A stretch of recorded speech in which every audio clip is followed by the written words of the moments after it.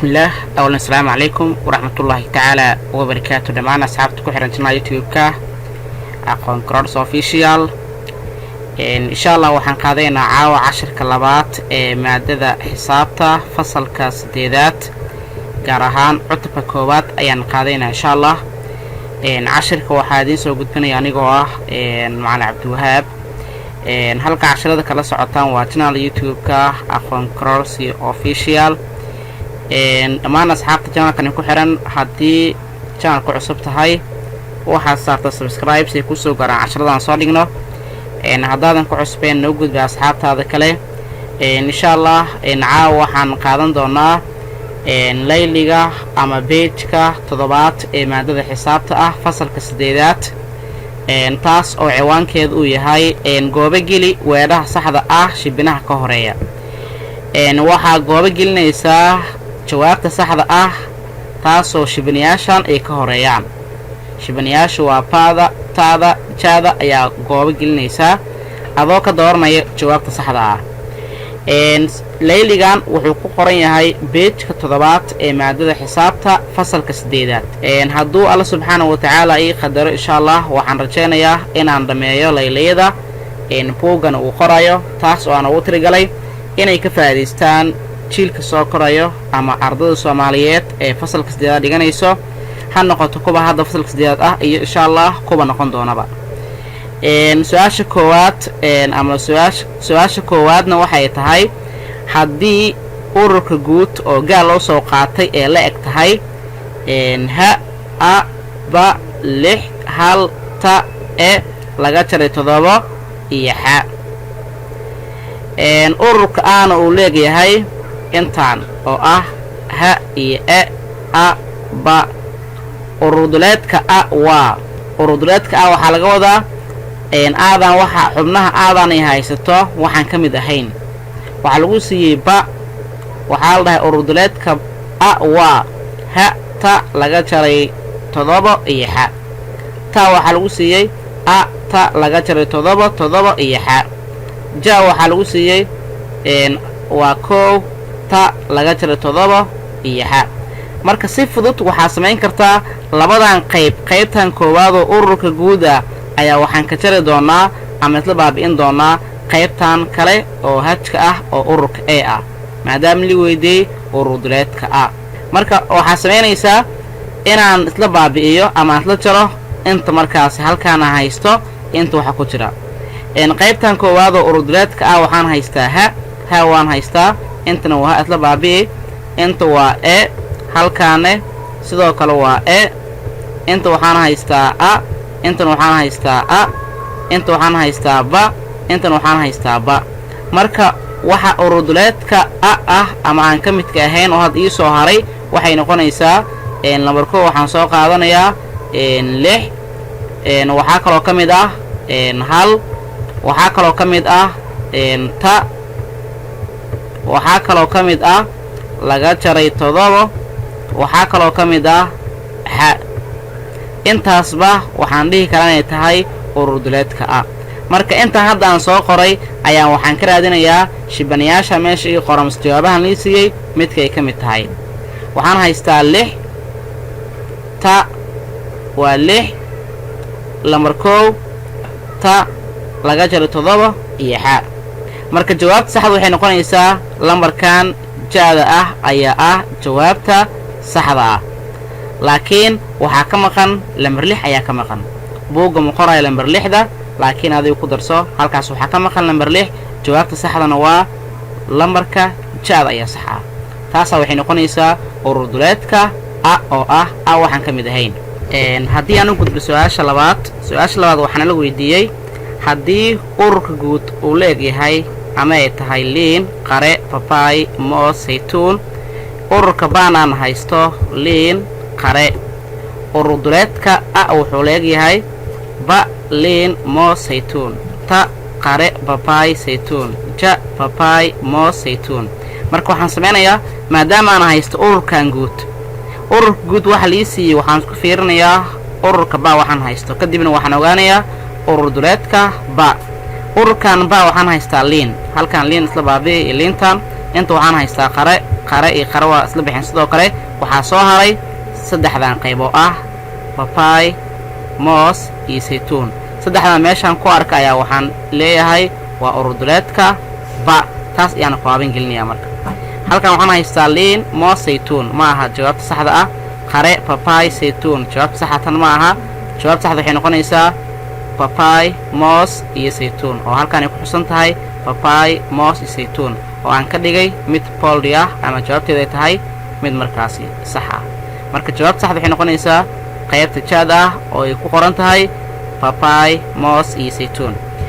su-aasha saddexaad waxaan la weydiiyey jaanjuuska hoose midkeeba u taagan uruduleedka a jaanjuuskan hoose midkeeba u taagan uruduleedka a marka waxaan fiirinaynaa uruduleedka a midka u taagan jaanjuuskan hoose waxaana la siiyey buluug iyo casaan iyo waxaa kaloo nala siiyey jaale casaan ama buluug jaale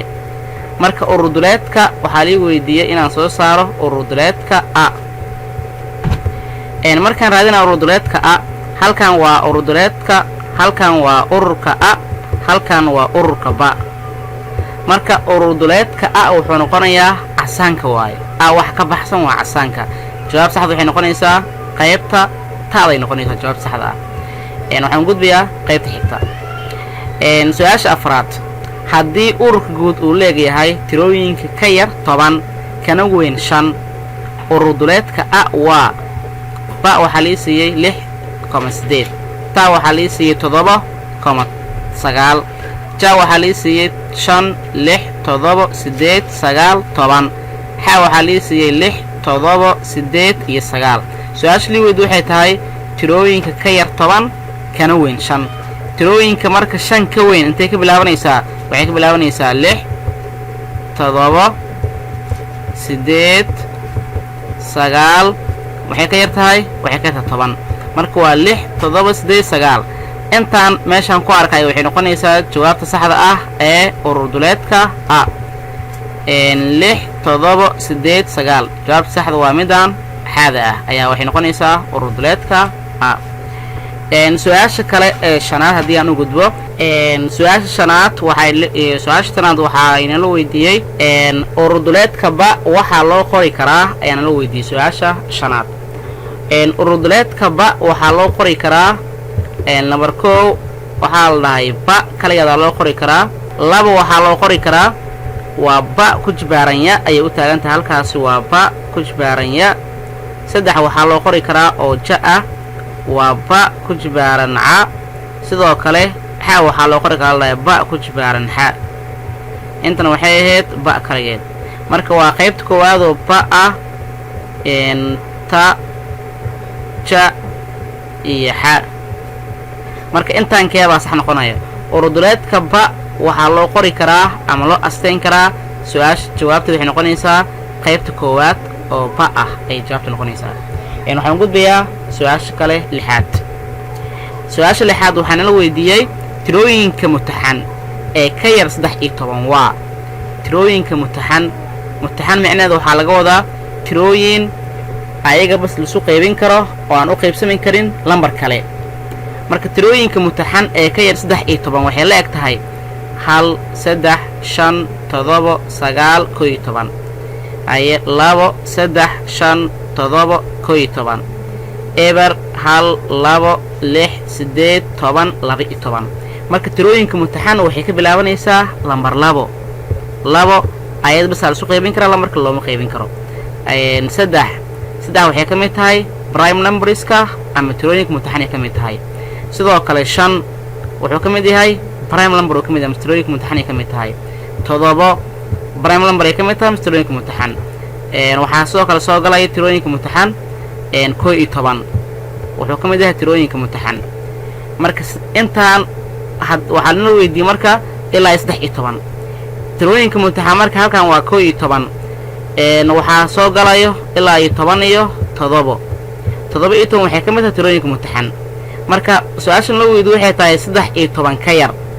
marka waxay ku ekaanaysaa ilaa iyo 11 ku ekaanaysaa marka 17 kan ma gaari karna sababtoo ah waxaana amray waxay tahay su-aashan kore ee kor ku xusan ilaa 13 la weydiiyay 13 marka wax ka yar waa ilaa 11 marka tirooyinka mutaxan hadaa maqasho mas prime numbers waa tirooyinka ayaga bas la soo qaybin karo oo aan number kale loo qaybin karin jawaabta saxda marka waxay noqonaysaa waa su'aasha qaybtan taada ah oo ay ku qoran tahay 2 3 5 7 ilaa iyo 11 ayaa su'aasha ayaa jawaabta saxda ah waxaan gudbiyaa su'aasha 7 ee tan u dameysa ururduleedka ururka dhammaan tirooyinka kisiga ah ee ka yar 10 ururka dhammaan tirooyinka kisiga ah ee ka yar 10 habka astaan qeexida waa marka tirooyinkaas jawaabta waxaana la siiyay koow baa waxa la dhahay xa sida darteed xa waa tirooyinka kisiga ah ee ka yar 10 jawaabta qaybta ta xa sida darteed xa waa tirooyinka kisiga ah ee ka weyn 10 jana waxa la dhahay ba iyo ta labadooda isku daray waay marka waxaana la weydiiyay tirooyinka kisiga ah ee ka yar 10 tirooyinka kisiga ee ka yar 10 waa jawaabta qaybta koowaad ee ba waxaan loo qoraa ama leedahay hab astaan qeexida xa sida darteed xa waa tirooyinka kisiga ah ee ka yar 10 qaabkaas ay noqonaysaa nidaamka astaan qeexida ah hadii lagu weydiiyo qaabka loo qoro inaad fahanteen waan filayaa waa cashirka waa su'aalaha iyo jawaabaha maadada xisaabta ah fasalka 8aad insha Allah ta'ala waxaan ka bilaabi doonaa leeliyada kale oo ku xiga ayaan qaadan doonaa haddii la yiraahdo halkaas ayaan ku soo koobayaa. Assalamu alaykum wa rahmatullahi ta'ala wa barakatuh.